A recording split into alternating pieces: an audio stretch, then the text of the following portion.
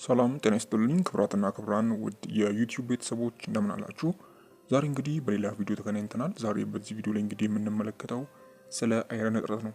እንግዲህ የአይረን እጥረት የደም ማነስ የሚመጣው አንዱ ምክንያት ነው። እንግዲህ የደም ማነስ የሚከሰተው በቀይ የደም ሴሎች ውስጥ ያለው የሆሞግሎቢን መጠን ሲቀንስ ነው። እንግዲህ ሆሞግሎቢን በቀይ የደም ሴሎቻችሁ ውስጥ ኦክሲጅንን ወደ ቲሾቻችሁ የመሸከም ኃላፊነት ያለው ፕሮቲን ነው። እንግዲህ የአይረን እጥረት የደም ማነስ በጣም የተለመደ የደም ማነስ አይነት ነው። ይህ የሚከሰተው እንግዲህ ሰውነታችሁ ሄሞግሎቢን ለማምረት የሚያስችል በቂ አይረን ከሌለው ነው። ከደማችሁ ውስጥ እንግዲህ በቂ አይረን በማይኖርበት ጊዜ የተቀረው የሰውነታችሁ አካል የሚያስፈልገውን የኦክሲጅን መጠን ማግኘት አይችልም ማለት ነው። እንግዲህ የአይረን እጥረት የደም ማነስ ደም በቂ ጤናማ ቀይ የደም ሴሎች የማጣት ሁኔታ ነው። እንግዲህ ቀይ የደም ሴሎች ኦክሲጅንን ወደ ሰውነት ህብረ ሕዋሳት ያደርሳሉ። በቂ አይረን ከሌለ ሰውነታችሁ በቀይ የደም ሴሎች ውስጥ ኦክሲጅንን ወይም ደግሞ ሆሞግሎቢንን እንዲሸከሙ የሚያስችል በቂ ንጥረ ነገር ማመንጨት አይችልም ማለት ነው። በዚህ ምክንያት እንግዲህ የአይረን እጥረት የደም ማነስ፣ ድካም እና የትንፋሽ እጥረት ሊፈጠር ይችላል ማለት ነው። እንግዲህ ብዙውን ጊዜ የአይረን እጥረት የደም ማነስ በአይረን ማሟያ ማስተካከል የሚቻል ይሆናል ማለት ነው። እንግዲህ በዚህ ቪዲዮ ላይ እንግዲህ የአይረን እጥረት ዋነኛ ምልክቶቹ ምንድናቸው፣ መንስኤዎቹ ውስጥ ምንድናቸው፣ መፍትሄዎቹ ውስጥ ምንድናቸው የሚለውን በስፋት አንድ በአንድ የምናይ ይሆናል ማለት ነው። ከዛ በፊት ግን እንግዲህ ሁላችሁም ይህንን ቪዲዮ ላይክ በማድረግ ጀምሩ። እንዲሁም ለዚህ አስተማሪ ቻናል አዲስ ከሆናችሁ ሰብስክራይብ በማድረግ ቤተሰቡ ነው። አሁን በቀጥታ ወደ ጉዳያችን እናልፋለን። እስከ ቪዲዮ ፍጻሜ አብራችሁን ቆዩ። እሺ ተመልካቾች እንግዲህ የአይረን እጥረት ሲኖር ምልክቶቹ ምንድናቸው የሚለውን ስናይ እንግዲህ አንደኛው የአይረን እጥረት በሰውነታችሁ ላይ ሲኖር የምታዩት ምልክት ድካምና መዛል ነው። እንግዲህ ለቲሾዎች በቂ የኦክሲጅን አቅርቦት ወይም ደግሞ ኦክሲጅን ባለመድረሱ ምክንያት የድካም ስሜት ወይም ደግሞ የአካል መዛል ይኖራል ማለት ነው። ይህም እንግዲህ የመጀመሪያው የአይረን እጥረት ምልክት ነው ማለት ነው። ሁለተኛው እንግዲህ የቆዳ መቅረጣት ነው። እንግዲህ ቆዳችን፣ ከንፈራችን፣ ድዳችን ወይም ደግሞ የጥፍራችን የውስጠኛው ክፍል ከወትሮ በተለየ የገረጣ ሊመስል ይችላል። ወደ ሶስተኛው ስናልፍ እንግዲህ ሶስተኛው የትንፋሽ እጥረት ነው። እንግዲህ የኦክሲጅን መጠን በመቀነሱ በተለይም እንግዲህ የአካል ብቃት እንቅስቃሴ በሚደረግበት ወቅት ለመተንፈስ መቸገር የሚያጋጥማችሁ ይሆናል ማለት ነው።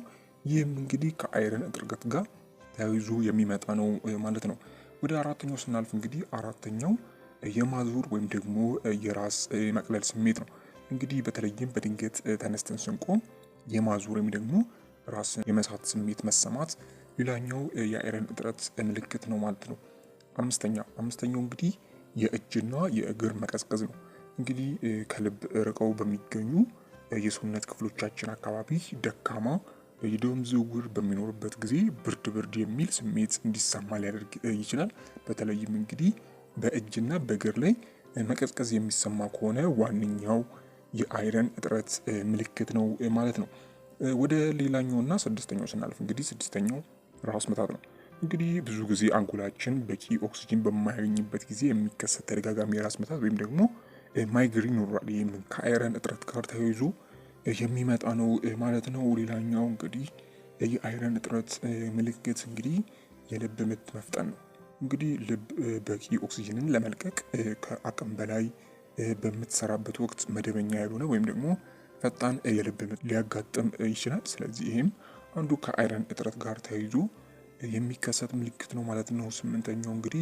ስምንተኛው ምልክት የጥፍር መሰበር ወይም ደግሞ ማንኪያ ቅርጽ ያለው ጥፍር መኖር ነው።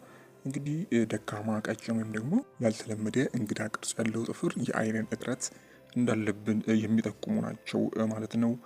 ሌላኛውና እንዲሁም ዘጠነኛው የምግብ ይዘት የሌላቸው ንጥረ ነገሮችን መመኘት ወይም ደግሞ መመገብ ነው።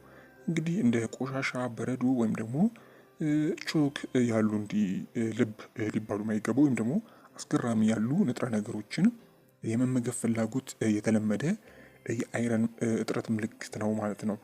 የመጨረሻውና አስረኛው ከአይረን እጥረት ጋር የተያያዘ ምልክት እንግዲህ የአፍና የምላስ ለውጦች ነው። እንግዲህ በአፍ ጥግ ወይም ደግሞ ጫፍና ጫፍ ላይ ህመም፣ እብጠት ወይም ደግሞ መሰንጠቅ እንዲሁም ያበጠ ለስላሳ ምላስ ሲኖር ዋነኛው የአይረን እጥረት ምልክት ነው ማለት ነው። እንግዲህ ዋነኛ ምልክቶቹ እነዚህን ይመስላሉ። መንስኤዎቹስ ምንድን ናቸው? የአይረን እጥረት የሚለውን ስናይ እንግዲህ አንደኛው ደም መፍሰስ ነው። ሌላኛው በአመጋገባችሁ ውስጥ የአይረን እጥረት ካለ እንዲሁም ሰውነታችሁ አይረንን መምጠጥ ወይም ደግሞ መውሰድ ሳይችል ሲቀር፣ አራተኛው እርግዝና ዋነኞቹ የአይረን እጥረት መንስኤዎች ናቸው ማለት ነው። በተለይም እንግዲህ ከአመጋገብ ጋር ተያይዞ የአይረን እጥረት ወይም ደግሞ አይረን የሌላቸው ምግቦችን መመገብ ዋነኛው የአይረን እጥረት መንስኤ ነው ማለት ነው። ሌላው እንግዲህ በአይረን እጥረት የደም ማነስ የሚከሰቱ ውስብስብ ችግሮች አሉ። ከነዚሁም እንግዲህ ከዚህ ጋር ተያይዞ የልብ ችግሮች ይከሰታሉ። እንዲሁም በእርግዝና ወቅት የተለያዩ ችግሮች ይከሰታሉ። እንዲሁም የእድገት ችግሮች ዋነኞቹ ከአይረን እጥረት ጋር ተያይዞ የሚመጡ ነገሮች ናቸው ማለት ነው።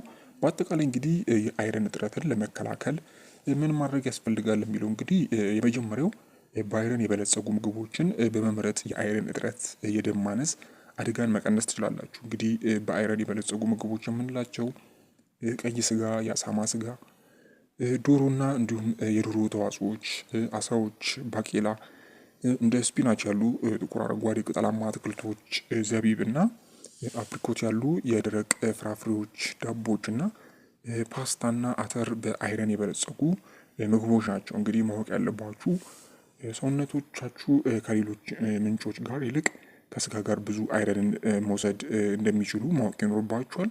ስለዚህ ትልቁ የአይረን ምንጭ ስጋ ነው ማለት ነው። እንግዲህ በተጨማሪም ሰውነታችሁ አይረንን በደንብ እንዲስብ አንድ ላይ በቫይታሚን ሲ የበለጸጉ ምግቦችን መመገብ ይኖርባችኋል ማለት ነው። እንግዲህ በቫይታሚን የበለጸጉ ምግቦች እንዲሁም በአይረን የበለጸጉ ምግቦች ምንድን ናቸው የሚለውን ሌሎች ቪዲዮዎች ላይ ማግኘት ትችላላችሁ። እኔም እንግዲህ በቀጣይ ቪዲዮ የምሰራላችሁ ይሆናል ማለት ነው።